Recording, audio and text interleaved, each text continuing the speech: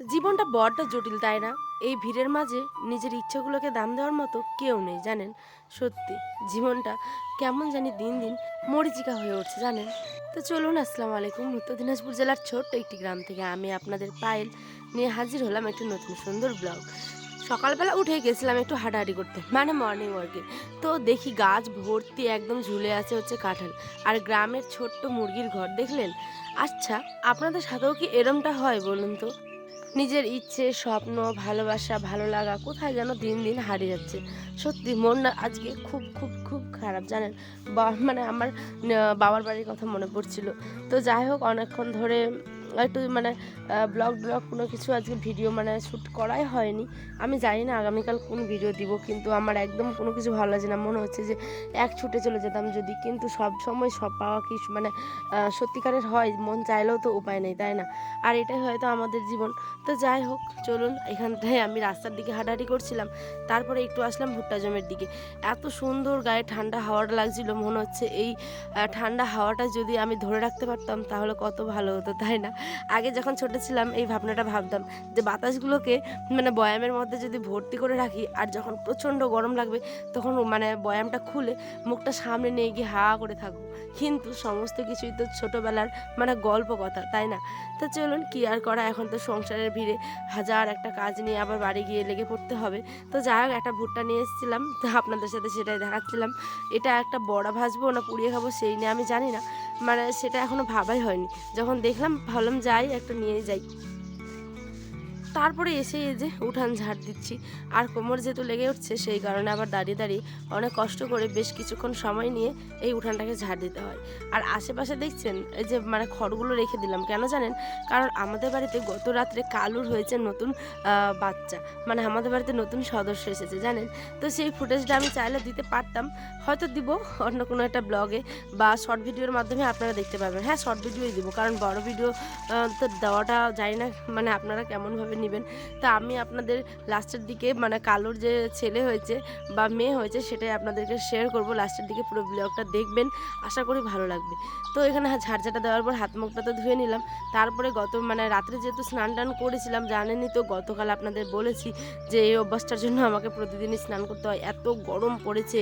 আর এই গরমটা না মানে অতিরিক্ত গরম, মানে কিরম গিমসানো টাইপের একটা হয় না, যে ঝড় বৃষ্টি হওয়ার আগে যেরকম ওয়েদারটা শান্ত হয়ে যায়, কিন্তু প্রচণ্ড গরম একটা মরা মরা ভাব কেমন জানি, তো সেরকমই আর কি।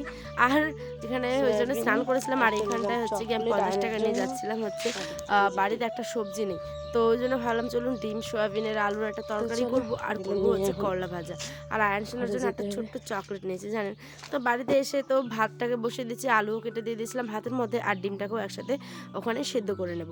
তারপরে বসে বসে এই যে কলাগুলো কাটছিলাম, বাড়ির কথা বড় মনে পড়ছিল, জানেন? কিন্তু আমি যেতেও চাইছিলাম, কিন্তু বিশেষ একটি কারণে আমার যাওয়া হবে না। আপনাদের যদি আমি উপায় থাকতো তাহলে কারণটা অবশ্যই মানে শেয়ার করতাম, কিন্তু যাই হোক, ওটা একটা একান্তই আপন মানে সেই সমস্যাটা, তো সেই কারণে আর যাওয়া হবে না। তো কী আর করা, মন ভালো করার একটাই এখন ওষুধ, সেটা হচ্ছে আপনাদের সাথে গল্প করি, তাহলেই একটু মনটা ঠিক থাকে, না হলে একদম না। তো এখানে 7:30টার মতো বাজে, আপনারা দেখতেই পেলেন। এতক্ষণে কিন্তু সকালবেলার আজকে আমার সকালের কাজ আর দুপুরের কাজ একসাথে সমস্ত কিছু করেছি, জানেন? আর আবার যেহেতু স্কুল যাবে সেই কারণে ওর জন্য একটা অমলেট করে দিলাম, তার সাথে ডিম আলুর সয়াবিনের তরকারি ছিল, আর ছিল হচ্ছে করলা ভাজা ভাত। তো চলুন এখানে ডিমটাকে ভেজে নিচ্ছি। আর এই ডিম ভাজা এই মানে এইটা জিনিস কিন্তু আমার মা এরমভাবে রান্না করতো। যদি কখনো ডিম মানে শর্ট থাকতো বা 4টের জায়গায় 2টো থাকতো, তাহলে দেখবেন এরমভাবে ভেজে পিস পিস করে কেটে এই তরকারির মধ্যে মিক্স করে দিলে এত সুন্দর খেতে লাগে যা হয়। আর বিশেষ করে মায়ের হাতে রান্না তো সমস্তটাই অমৃতের মতো। তো যাই হোক, আমি অত অমৃতভাবে রান্না করতে পারি না, আমি যেরমভাবে পারি ঠিক সেরমভাবে রান্না করি। তো আয়ন আর ওর আব্বার জন্য ওই যে 2টো ডিম দিয়েছিলাম, আর অর্ধেকটা ভাজা ডিম মানে আমি নেবো, আর অর্ধেকটা ওর স্কুল টিফিনে দেবো। তো যাই হোক, এখানে যে টমেটো দিয়ে যেরমভাবে সয়াবিনের তরকারি করে ঠিক সেরমটা। তারপরে আমি কেন বললাম বলুন তো যে সকালের আর দুপুরের কাজ একসাথে করেছি, কারণ সকালবেলা সমস্ত উঠান ঝাড় দেওয়া, বাসন ধোয়া, তারপরে মানে সমস্ত সকালের একটা বাড়ির যেরকম কাজ থাকে সমস্ত কিছু কমপ্লিট করার পরেই এই যে এখন রান্নাবাড়িটা 8টার মধ্যে কিন্তু কমপ্লিট করে নিই। আর এটা কিন্তু প্রতিদিন আমাকে এই 9টার মধ্যেই রান্না কমপ্লিট করতে হয়, ঠিক আছে? আর দুপুরে যে সমস্ত কাজগুলো করতাম, বাসন ধোয়া, তারপরে খাওয়া দাওয়ার যে সমস্ত এঁঠো বাসন, ডাইনিং টেবিল মোছা, সমস্ত কিছু আজকে সকালবেলায় করে নিয়েছি চটপট করে। তো আপনাদের ব্লগটা যদি ভালো ভালো লাগে অবশ্যই কিন্তু আমার পরিবারের নতুন সদস্য হওয়ার জন্য আপনার কাছে একটা ছোট্ট আবদার রইল। তো যাই হোক, এখানে চলুন আয়নের আব্বাকে বিছানা থেকে উঠিয়ে দিলাম, বললাম চলো এখান থেকে সরো, আমি এখানে এখন বিছানা পরিষ্কার করব।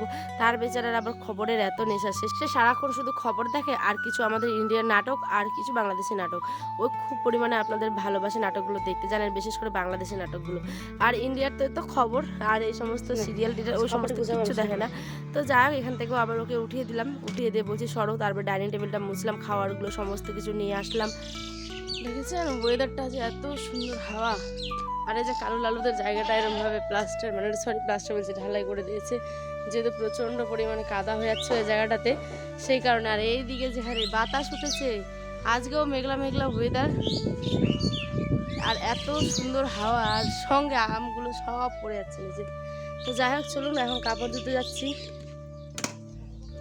এই যে আমাদের বাড়ির নতুন সদস্য, ওই কান মাগে নড়া উঠি আগে, নড়া উঠি আগে।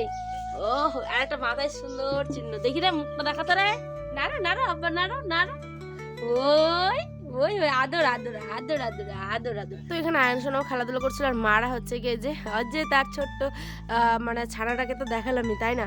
তো এখন আমাদের এই গরুর দুধ ঝাঁকা হচ্ছে, যেহেতু প্রথম খুবই মারছিল, জানেন। আর এইটানে বাড়ির সবাই এত সমস্যার মধ্যে পড়েছে যে কি বলবো। তো এখানটায় মা, তারপরে পাচ্ছিল না বলে একজন দাদা ভাই ছিলেন, উনি আবার চেষ্টা করে দেখছিলেন যে কেরম করা হবে। আমি তো এগুলো ফার্স্ট টাইম দেখছি, আর আপনারা কারা কারা ফার্স্ট টাইম দেখছেন অবশ্যই কমেন্টে জানাবেন। তো আজ এই পর্যন্ত দেখাবো অন্য একটি ব্লগে। সকলে ভালো থাকবেন, সুস্থ থাকবেন, আর ব্লগটা কেমন লাগলো অবশ্যই কিন্তু কমেন্টে জানাতে ভুলবেন না। আল্লাহ হাফেজ, সকলে ভালো থাকবেন। আসসালামু আলাইকুম অ্যান্ড গুড নাইট।